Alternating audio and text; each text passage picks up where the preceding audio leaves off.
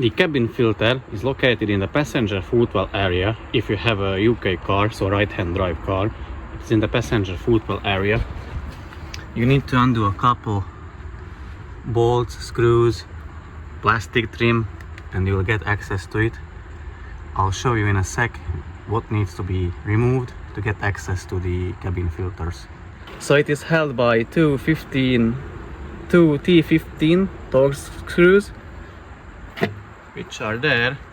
Then you just unplug the light for the footwell area,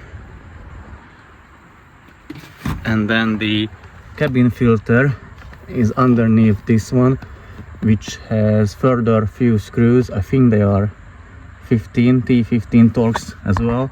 So remove it and remove the cabin filters and replace with the new ones. So the cabin filters are removed.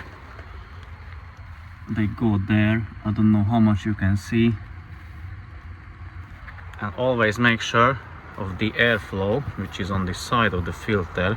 So as you can see, it should be put back like this, because the air is coming from that area, so towards you.